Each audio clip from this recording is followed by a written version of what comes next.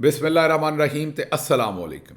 28 October Pakistan च पीर दी दोपहर ते अज दे पंजाबी वीलॉग च चढ़दे ते लਹਿੰਦੇ पंजाब दे सज्जणा ते मित्तरां भैणां ते भरावां मावां ते बजुर्गां नूं जी आयां।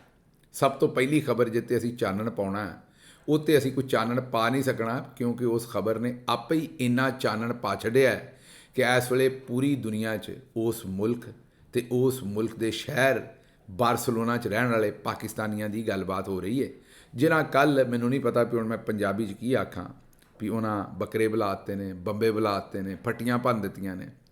मैनू नहीं पता भी उन्होंने मैं किस तरीके ने एक्सप्लेन करा भी जिस तरीके उन्हें रिकॉर्ड तोड़ दिते ने कल बांह कढ़ के जिस तरीके ना बारसलोना के लोग इमरान खान आस्ते ते पाकिस्तान आस्ते बाहर निकले ने उहदी मिसाल किते नहीं लभदी। पूरी दुनिया तो उन्होंने गल हो नहीं रही है पर इस वेले तो मैंने ये भी पता लगा है कि पाकिस्तान दे विच भी चौधरी निज़ामुद्दीन के बंदे भी इस वेले जिवें बकरी ते मींह पै जाए तो वह कुंगड़ी बैठी होंदी है कट्ठी होई बैठी होंदी है उवें बैठे ने भी एक तो बारसलोना वाले जहाज़ां ते बह के ते पाकिस्तान ना लथन जो इन्हां दा जोशो खरोश है। बहरहाल बई कल मैं तो यही आखांगा भी इन्हां बाले कढ़ दिते ने इन्हां जो कुछ बारसलोना वालियां ने ते स्पेन वालियां ने कल कर छड्डिआ वो मैं तो नहीं सी सोचिआ। जिस वेले मैं उत्थे गया ये तो मैनू पता भी इत्थे वड्डी तादाद च लोग ने पर एडी वड्डी तादाद च लोग निकलणगे ये मैं कदे नहीं सोचिआ क्योंकि मैं इंग्लैंड भी गया मैं मैनचेस्टर भी गया मैं अपना दूसरे शहर भी जिन्ने ने जिथे पाकिस्तानी बड़ी वड्डी तादाद दे विच ने उत्थे सारे शहरों दे विच गए वेखे ने लोकी लेकिन इंज लोकी निकलते मैं कदे नहीं वेखे। इत्थे यकीनन वड्डी तादाद है पर ये तो इंज ही लगन डिया भी सारे ही इमरान खान दे सगे भरा ने सारे ही इमरान खान दे फस्ट कज़न ने ते सारियां उहदियां भैणां ने ते सारियां उहदियां धीआं ने ते सारियां उहदियां मावां ने ते सारे उहदे अपने बच्चे ने। मैनूं इंज लगन डिया भी उहदा अपना टब्बर इत्थे बारसलोना दे विच जिहड़ा जोशो खरोश सी जिवें लोकी जिहड़े ने वो प्यार करते हैं इमरान खान नाल और उन्हां दी वसादत नाल मेरे नाल प्यार करते हैं। बहरहाल जो कुछ मैं अपनियां अखां नाल वेखिआ वो तुसीं वेखो तो फिर ही तुहानूं पता लगेगा वो वेखण तो बगैर बंदा उस गल नूं समझ ही नहीं सकता। बारसलोना शहर भी ज़रा खुला खुला है बाज़ार भी खुले खुले ने सड़कां भी खुलियां ने उस दे बावजूद उन्होंने भीड़ियां कर दिता लोकां इन्ने लोकी निकले इत्थों दी पुलिस इत्थों दे लोग इत्थों दे जिहड़े लोकल शहरी ने वो परेशान सन भी इत्थे बारसलोना च होया की है। खुशी पै तो इत्थों दे अपने इलैक्शन च इन्ने लोग ना निकलते होण जिन्ने लोग कल निकले ने। बहरहाल मेरे ख्याल दे विच सेफली किसी भी पोलीटिकल पार्टी की इस तो वड्डी एहतजाजी रैली पाकिस्तान तो बाहर पाकिस्तान की तारीख च कदे नहीं निकली होएगी। मैं एहतजाजी रैली की गल करदा बाकी फलस्तीन और उहदे हक च बड़ियां बड़ियां वड्डियां रैलियां भी लखां की तादाद भी निकलियां ने लेकिन किसी सियासी जमात आस्ते और वह भी पाकिस्तानी सियासी जमात की मैं गल करदा उहदे आस्ते शायद पाकिस्तान की तारीख की सब तो वड्डी रैली सी जिहड़ी कल निकली गलबात भी की ते लोकां ने भी चस दित्ती ते उत्थे इसे गल दे उत्ते इकट्ठे होए सारे भी ठीक है चौधरी निज़ामुद्दीन ने साडे नाल माड़ा बड़ा कीता रुल गए हैं पर चस बड़ी आई। बहरहाल अगे तुरने जनाब ये तो तुहानूं असीं दसना सी भी बारसलोना वालियां ने कल जो कीता है।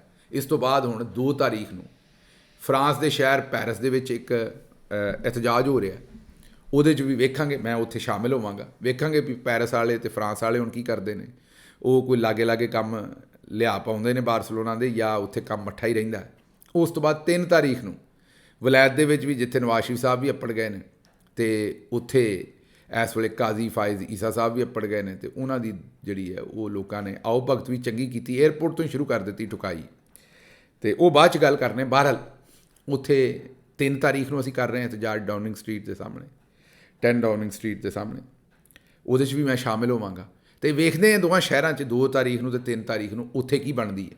बहरहाल बारसलोना वालियां ने बंबे बुलाते ने ते फट्टियां खेड दित्तियां ने बाले भन दिते ने मैनूं हुण या बाले कढ़ दिते ने जो भी तुसीं आखना है वो मेरी समझ तो इन्होंने गांह का काम किया है। अच्छा जी अगली खबर जी वो है कि शहबाज शरीफ साहब के बारे जियो टीवी के उत्ते क्लिप चलिया वो क्लिप पहला तुहानूं विखा दिंने वो कुछ हिस्सा नहीं विखा सकांगे क्योंकि म्यूजिक वो फिर जिस वेले हुंदा है तो वो थोड़ा प्रॉब्लम करता है लेकिन बाकी हिस्सा जो म्यूजिक मीन वो कॉपीराइट का इशू हो जाता है यूट्यूब के उत्ते बाकी बहरहाल उसका कुछ हिस्सा तुहानूं विखाउने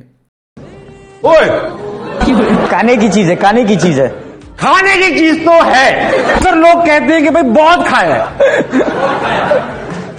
और उस तो बाद हुण जिहड़े नून लीगी सपोर्टर ने आंदे ने कि ताबिश हाशमी साहब नूं जियो टीवी दे विचों कढ दिओ ਹੁਣ ਵੇਖ ਲਓ ਵੀ ਇਮਰਾਨ ਖਾਨ ਨੂੰ ਤੇ ਪਾਕਿਸਤਾਨੀਆਂ ਸਾਰਿਆਂ ਨੂੰ ਇੰਨਾ ਪਤਾ ਲੱਗ ਗਿਆ ਵੀ ਖਾਣ ਵਾਲੀ ਸ਼ੈ ਕਿਹੜੀ ਹੈ, ਵੀ ਅੱਖਾਂ ਬੰਦ ਕਰਕੇ ਹਨੇਰਾ ਕਰਕੇ ਵੀ ਉਹਨਾਂ ਨੂੰ ਪੁੱਛੋ ਵੀ ਖਾਣ ਵਾਲੀ ਬਲਾ ਕਿਹੜੀ ਹੈ ਤੇ ਉਹ ਤੁਹਾਨੂੰ ਦੱਸ ਦੇਣਗੇ। ਪਰ ਇੱਥੇ ਤੁਸੀਂ ਚੌਧਰੀ ਨਿਜ਼ਾਮੁਦੀਨ ਨੂੰ ਨਹੀਂ ਭੁੱਲਣਾ, ਕਿਉਂਕਿ ਉਹ ਇਹਨਾਂ ਦੇ ਸਾਥੀ ਨੇ ਹਰ ਸ਼ੈ ਦੇ ਵਿੱਚ। ਇਹ ਇਕੱਲੇ ਨਹੀਂ ਖਾਣ ਵਾਲੇ, ਉਹਨਾਂ ਦੀ ਸਰਬਰਾਹੀ 'ਚ ਖਾਂਦੇ ਨੇ ਤੇ ਉਹ ਵੀ ਜ਼ਾਹਿਰ ਨਾਲ ਰਲ ਕੇ ਖਾਂਦੇ ਹੀ ਨੇ ਨਾ, ਵਰਨਾ ਉਹ ਕਿਉਂ ਇਹਨਾਂ ਨੂੰ ਖਾਣ ਦੇਣ ਅਗਰ ਉਹਨਾਂ ਆਪ ਨਹੀਂ ਜੋ ਖਾਣਾ। ਅੱਛਾ ਜੀ, ਅਗਲੀ ਖਬਰ ਜਿਹੜੀ ਹੈ ਨਾ ਉਹ ਮੇਰੇ ਦਿਲ ਦੇ ਵੀ ਬੜੀ ਕਰੀਬ ਹੈ ਤੇ ਤੁਹਾਡੇ ਵੀ ਦਿਲ ਦੇ ਬੜੀ ਕਰੀਬ। ਅਸੀਂ ਸਾਰੀ ਉਮਰ ਇਹੀ ਸੁਣਿਆ ਵੀ ਭੈਣਾਂ ਤੇ ਧੀਆਂ ਸਾਂਝੀਆਂ ਨੇ।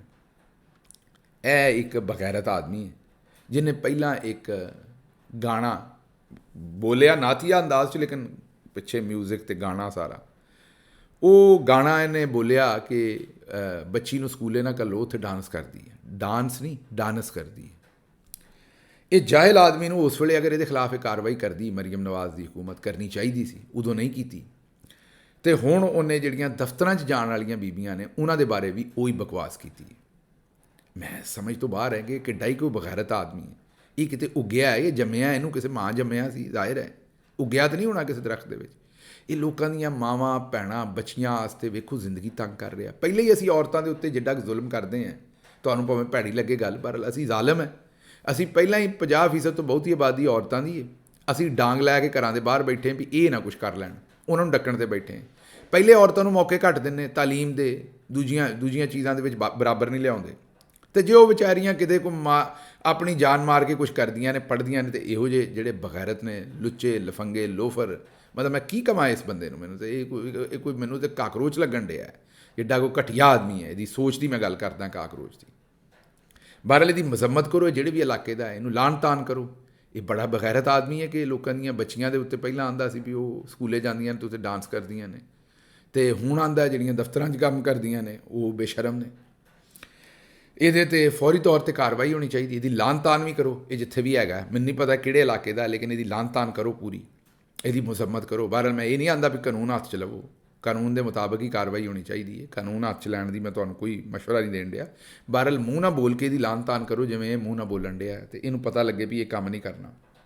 ਅੱਛਾ ਜੀ, ਕਾਜ਼ੀ ਸਾਹਿਬ ਅਪੜੇ ਨੇ ਉੱਥੇ ਵਲਾਇਤ, ਅਸੀਂ ਵੀ ਅਪੜ ਰਹੇ ਹਾਂ ਕਾਜ਼ੀ ਸਾਹਿਬ ਦੇ ਮਗਰ। ਬਹਰਹਾਲ ਕਾਜ਼ੀ ਸਾਹਿਬ ਅਪੜੇ ਨੇ।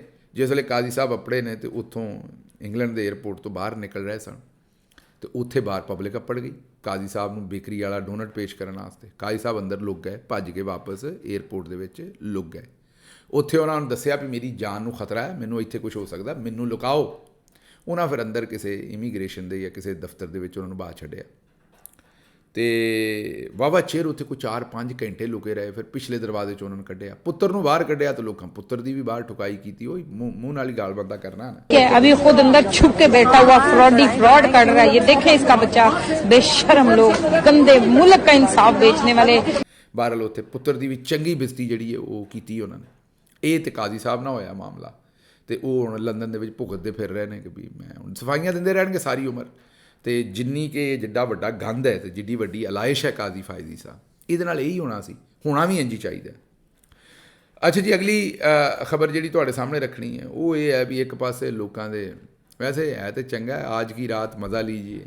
ਇਹ ਕੋਈ ਕੈਂਟ ਦੇ ਬੱਚੇ ਨੇ, ਆਰਮੀ ਕੈਂਟ ਦਾ ਕੋਈ ਸਕੂਲ ਹੈ, ਉੱਥੋਂ ਦੇ ਬੱਚੇ ਨੇ। ਮੈਨੂੰ ਨਹੀਂ ਪਤਾ ਕਿਹਨਾਂ ਦੇ ਬੱਚੇ ਨੇ, ਹੁਣ ਮੈਂ ਇਹ ਸਾਰੇ ਜ਼ਰੂਰੀ ਥੋੜ੍ਹੀ ਹੈ ਕਿ ਮੇਰਾ ਮਤਲਬ ਕੈਂਟ ਦੇ ਵਿੱਚ ਪੜ੍ਹਦੇ ਨੇ ਤੇ ਉਹ ਕਿਸੇ ਖਾਸ ਇਦਾਰੇ ਦੇ ਬੱਚੇ ਨੇ, ਪਾਕਿਸਤਾਨ ਦੇ ਹੀ ਬੱਚੇ ਨੇ। ਜਿਸ ਤਰ੍ਹਾਂ ਭੈਣਾਂ ਮਾਵਾਂ ਸਾਂਝੀਆਂ ਹੁੰਦੀਆਂ ਨੇ, ਉਵੇਂ ਬੱਚੇ ਵੀ ਸਾਂਝੇ ਹੁੰਦੇ ਨੇ। ਪਰ ਮੈਂ ਇਹ ਸੋਚਣ ਡਿਆ ਸੀ ਵੀ ਇੱਕ ਪਾਸੇ ਜਿਹੜੇ ਗਰੀਬ ਨੇ ਉਹਨਾਂ ਦੀ ਜਿਹੜੀਆਂ ਬੈਕ ਸਾਈਡ ਹੈ ਉਹ ਚੁੱਕ ਕੇ ਨੰਗੀ ਕਰ ਲਿੱਤਰ ਮਾਰਨ ਡਏ, ਉਹ ਦੂਜੇ ਪਾਸੇ ਬੱਚੇ ਜਿਹੜੇ ਉਹ ਬੈਕ ਸਾਈਡ ਚੁੱਕ ਕੇ ਡਾਂਸ ਕਰਨ ਡਏ ਨੇ। ਪਤਾ ਨਹੀਂ ਇਹ ਬੈਕ ਸਾਈਡ 'ਤੇ ਫੋਕਸ ਨੇ ਸਾਰੇ ਇਸ ਵੇਲੇ। ਇਹ ਸਮਝ ਤੋਂ ਬਾਹਰ ਹੈ ਵੀ ਇਹ ਮੇਰਾ ਮਤਲਬ ਐਡੀ ਤਵੱਜੋ ਸਾਰੀ ਕੌਮ ਦੀ ਉਸ 'ਤੇ ਕੀ ਹੋਈ। ਪਰ ਲੈ ਬੱਚਾ ਜਿਹੜਾ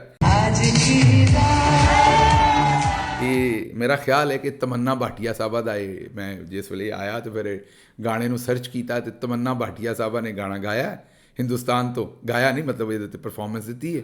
ਤੇ ਹੁਣ ਇਹ ਜਿਹੜਾ ਬੱਚਾ ਹੈ ਸਾਡਾ, ਇਹਨੇ ਆਖਿਆ ਵੀ ਪਾਕਿਸਤਾਨ 'ਚ ਕਿਉਂਕਿ ਇਸ ਵੇਲੇ ਸਾਰੀ ਤਵੱਜੋ ਹੀ ਬੈਕ ਸਾਈਡ 'ਤੇ, ਮਤਲਬ ਕਿਸੇ ਦੀ ਨੰਗੀ ਕਰਕੇ ਚਿੱਤਰ ਮਾਰਨੇ ਨੇ ਤੇ ਕਿਸੇ ਨੂੰ ਆਖਣਾ ਵੀ ਇਹਨੂੰ ਚੁੱਕ ਕੇ ਜ਼ਰਾ ਡਾਂਸ ਕਰ।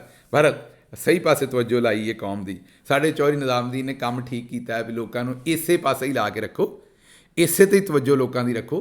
ਕਿਸੇ ਦੀ ਨੰਗੀ ਕਰਕੇ ਲੱਤਰ ਮਾਰੋ ਤੇ ਕਿਸੇ ਨੂੰ ਆਖੋ ਵੀ ਤੂੰ ਚੁੱਕ ਕੇ ਆਪ ਵਿਖਾ, ਤੇ ਕੰਮ ਗਾਂ ਤੋਂ ਗਾਂ ਤੁਰਿਆ ਰਹੇਗਾ। ਜ਼ਾਹਿਰ ਹੈ ਉਹ ਜਿਹੜੀ ਕੱਲ੍ਹ ਤੁਹਾਨੂੰ ਅਸੀਂ ਦੱਸੀ ਸੀ ਵੀ ਲਾ ਐਂਡ ਆਰਡਰ ਦੀ ਜਿਹੜੀ ਦੁਨੀਆ ਦੇ ਵਿੱਚ ਰੈਂਕਿੰਗ ਹੈ ਉਹ ਅਸੀਂ 2 ਨੰਬਰ ਪਿੱਛੇ ਰਹਿ ਗਏ ਨੰਬਰ 1 ਤੋਂ। ਅਸੀਂ ਨੰਬਰ 1 ਤੇ ਹੋ ਜਾਾਂਗੇ ਦੁਨੀਆ ਦਾ ਗੈਰ ਮਹਿਫੂਜ਼ ਤਰੀਨ ਮੁਲਕ, ਸਿਰਫ ਮਾਲੀ ਤੇ ਨਾਈਜੀਰੀਆ ਸਾਡੇ ਸਾਹਮਣੇ।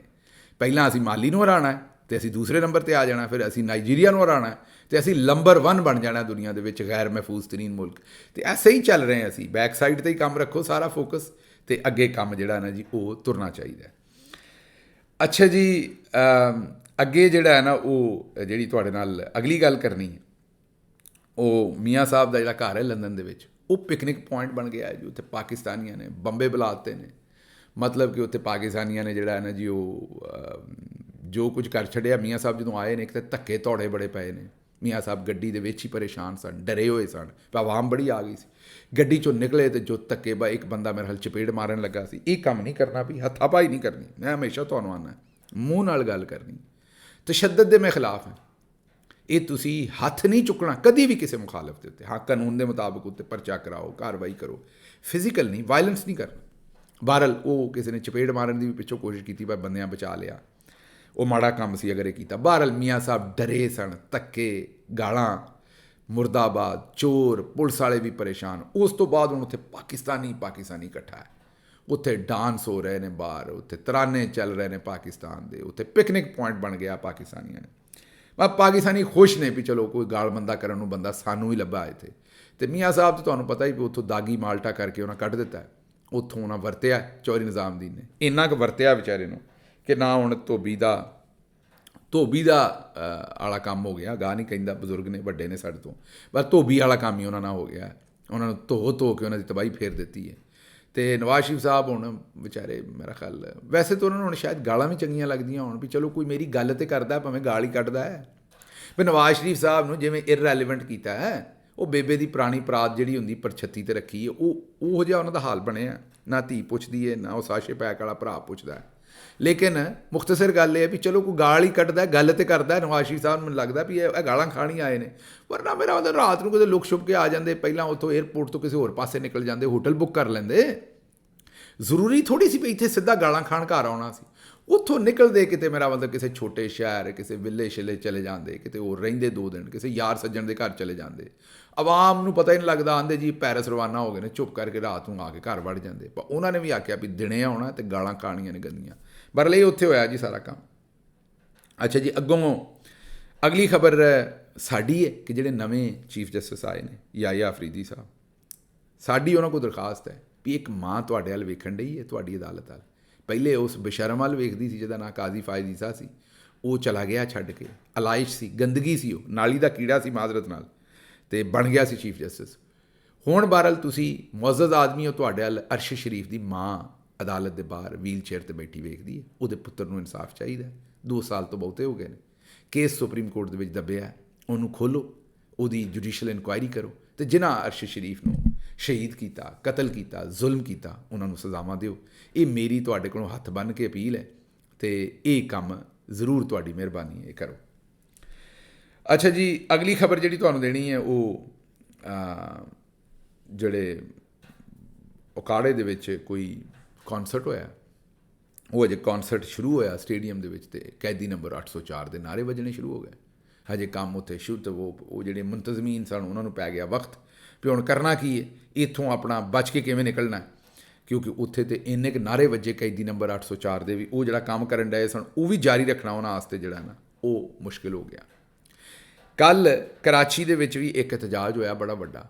ਪਾਕਿਸਤਾਨ ਤਹਿਰੀਕ ਇਨਸਾਫ ਦੇ ਲੋਕਲ ਚੈਪਟਰ ਨੇ, ਹਲੀਮ ਆਦਲ ਸ਼ੇਖ ਸਾਹਿਬ, ਦੂਸਰੇ ਦੋਸਤਾਂ ਨੇ ਉਹਦਾ ਅਹਿਤਮਾਮ ਕੀਤਾ। ਉਹਦੇ 'ਚ ਸਦਰ ਆਰਿਫ ਅਲਵੀ ਸਾਹਿਬ ਵੀ ਆਏ।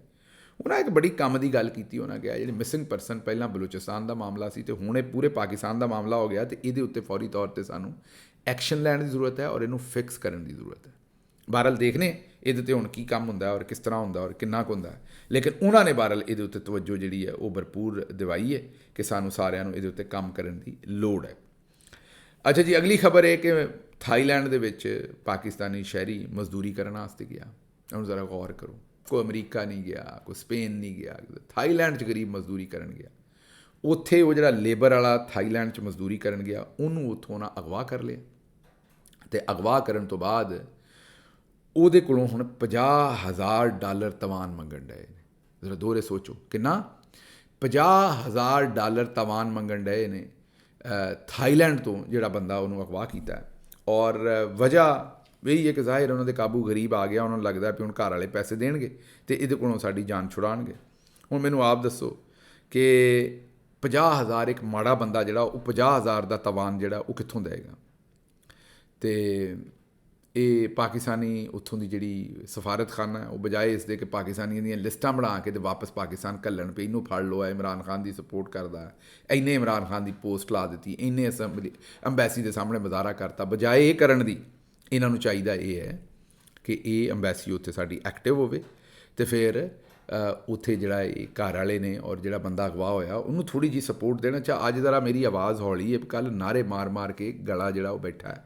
ਅਤੇ ਤੁਹਾਨੂੰ ਪਤਾ ਹੈ ਵੀ ਮੈਨੂੰ ਵੀਲਾਗ ਵੀ ਕਰਨੇ ਹੁੰਦੇ ਨੇ ਅਤੇ ਨਾਲ ਆਪਣਾ ਕੰਮ ਦੂਜਾ ਵੀ ਪੂਰਾ ਕਰਨਾ ਹੈ। ਚੌਧਰੀ ਨੂੰ ਵੀ ਜ਼ਾਹਿਰ ਹੈ ਸੇਕ ਅਪੜਾਉਣਾ ਜਿੰਨਾ ਪੜਾ ਸਕਦੇ ਹਾਂ ਆਪਣੀ ਕਪੈਸਿਟੀ 'ਚ, ਅਤੇ ਇਸ ਵਜ੍ਹਾ ਤੋਂ ਬਹਰਹਾਲ ਤੁਹਾਡੇ ਕੋਈ ਚਿੱਠੀ ਪੱਤਰ ਤੁਹਾਡੇ ਸਾਹਮਣੇ ਰੱਖ ਦਈਏ ਛੇਤੀ ਨਾਲ। ਖਬਰਾਂ ਹੋਰ ਵੀ ਸਨ ਪਰ ਚਿੱਠੀ ਪੱਤਰ ਕਈ ਦਿਨਾਂ ਤੋਂ ਨਹੀਂ ਰੱਖੇ। ਇੱਕ ਤਾਂ ਜੀ ਸਾਰੇ ਪੁੱਛਦੇ ਨੇ ਵੀ ਲੰਬੜਦਾਰ ਸਾਹਿਬ ਕੌਣ ਨੇ, ਇਹਨਾਂ ਦੇ ਬਾਰੇ ਦੱਸੋ। ਅਤੇ ਜ਼ਾਹਿਰ ਹੈ ਇਹ ਤਾਂ ਬੜਾ ਅਹਿਮ ਸਵਾਲ ਹੈ ਅਤੇ ਇਹ ਹੁਣ ਦੱਸਿਆ ਨਹੀਂ ਜਾ ਸਕਦਾ, $1 ਮਿਲੀਅਨ ਦਾ ਸਵਾਲ ਹੈ। ਲੰਬੜਦਾਰ ਸਾਹਿਬ ਨੂੰ ਤਾਂ ਖੁਫੀਆ ਹੀ ਰੱਖਣਾ ਹੈ, ਕਿਉਂਕਿ ਅਗਰ ਉਹਨਾਂ ਨੂੰ ਦੱਸ ਦਿੱਤਾ ਤਾਂ ਫਿਰ ਜ਼ਾਹਿਰ ਹੈ ਕਿ ਉਹ ਉੱਥੇ ਚੁੱਕੇ ਜਾਣਗੇ, ਮੇਰਾ ਉਹਦਾ ਮਸਲਾ ਬਣੇਗਾ। ਬਹਰਹਾਲ ਲੋਕਾਂ ਦੁਆ ਸ਼ੁਆ ਕੀਤੀ ਹੈ ਲੰਬੜਦਾਰ ਸਾਹਿਬ ਵਾਸਤੇ ਔਰ ਉਹਨਾਂ ਨੇ ਇਹੀ ਆਖਿਆ ਹੈ ਕਿ ਉਹਨਾਂ ਦੀ ਹਿਫਾਜ਼ਤ ਕਰੋ, ਅੱਲਾ ਉਹਨਾਂ ਨੂੰ ਸਿਹਤ ਦੇਵੇ, ਕਿਉਂਕਿ ਸਾਡੇ ਲਈ ਬੜੇ ਜ਼ਰੂਰੀ ਨੇ ਅਤੇ ਸਾਨੂੰ ਜ਼ਰੂਰੀ ਖਬਰਾਂ ਦਿੰਦੇ ਨੇ। ਉਸ ਤੋਂ ਇਲਾਵਾ ਜੋ ਕੁਝ ਕੱਲ੍ਹ ਹੋਇਆ ਹੈ ਬਾਰਸਲੋਨਾ ਦੇ ਵਿੱਚ, ਉਹਦੇ 'ਤੇ 2-3 ਕੌਮੈਂਟ ਨੇ, ਲੋਕਾਂ ਨੇ ਸਾਰਿਆਂ ਨੇ ਐਪਰੀਸ਼ੀਏਟ ਕੀਤਾ ਅਤੇ ਉਹਨਾਂ ਨੇ ਜੋ ਬਾਰਸਲੋਨਾ ਦੇ ਲੋਕ ਨੇ, ਓਵਰਸੀਜ਼ ਪਾਕਿਸਤਾਨੀ ਨੇ, ਉਹਨਾਂ ਨੂੰ ਐਪਰੀਸ਼ੀਏਟ ਕੀਤਾ। ਇਹ ਤੁਹਾਡੇ ਨੇ ਜ਼ਰਾ ਕੌਮੈਂਟ ਨਾਲ ਜਿਹੜਾ ਆਪਣਾ ਸ਼ਹਬਾਜ਼ ਸ਼ਰੀਫ ਸਾਹਿਬ ਨੇ ਉਹਨਾਂ ਦੇ ਬਾਰੇ ਉਹਨਾਂ ਆਖਿਆ ਵੀ ਇਹਨੂੰ ਨਿੱਕਾ ਨਹੀਂ ਬਲਕਿ ਚੈਰੀ ਬਲਾਸਮ ਦਾ ਨਾਂ ਜਿਹੜਾ ਨਾ ਇਮਰਾਨ ਖਾਨ ਨੇ ਦਿੱਤਾ ਸੀ ਉਹੀ ਆਖੋ। ਠੀਕ ਹੈ ਜੀ, ਅਸੀਂ ਸਾਸ਼ੇ ਪੈਗ ਨਹੀਂ ਆਉਂਦੇ, ਅਸੀਂ ਚੈਰੀ ਬਲਾਸਮ ਆਖ ਲੈਂਦੇ ਜਿਸ ਤਰ੍ਹਾਂ ਤੁਸੀਂ ਰਾਜ਼ੀ ਹੋ। ਬਹਰਹਾਲ ਅੱਜ ਜ਼ਰਾ ਥੋੜ੍ਹਾ ਜਿਹਾ ਗਲਾ ਬੈਠਾ ਸੀ ਅਤੇ ਆਵਾਜ਼ ਜ਼ਰਾ ਘੱਟ ਨਿਕਲਣ ਡਈ, ਉਹਦੀ ਵਜ੍ਹਾ ਮੈਂ ਤੁਹਾਨੂੰ ਦੱਸੀ ਹੈ ਵੀ ਕੱਲ੍ਹ ਨਾਅਰੇ ਮਾਰਦੇ ਰਹੇ। ਅਤੇ ਇੱਕ ਵਾਰੀ ਫਿਰ ਮੈਂ ਸ਼ੁਕਰੀਆ ਅਦਾ ਕਰਨਾ ਬਾਰਸਲੋਨਾ ਵਾਲਿਆਂ ਦਾ ਜਿਨ੍ਹਾਂ ਕੱਲ੍ਹ ਬੰਬ ਕੱਢ ਕੇ ਰੱਖ ਦਿੱਤੀ ਹੈ। ਅਤੇ ਹੁਣ ਅੱਗੋਂ 2 ਤਾਰੀਖ ਨੂੰ ਪੈਰਿਸ ਦੇ ਵਿੱਚ ਅਤੇ 3 ਤਾਰੀਖ ਨੂੰ ਲੰਡਨ ਦੇ ਵਿੱਚ ਵੇਖਦੇ ਉੱਥੇ ਕੀ ਹੁੰਦਾ ਹੈ। ਮੈਨੂੰ ਇੱਥੋਂ ਦਿਓ ਇਜਾਜ਼ਤ ਅਤੇ ਰੱਬ ਰੱਖ।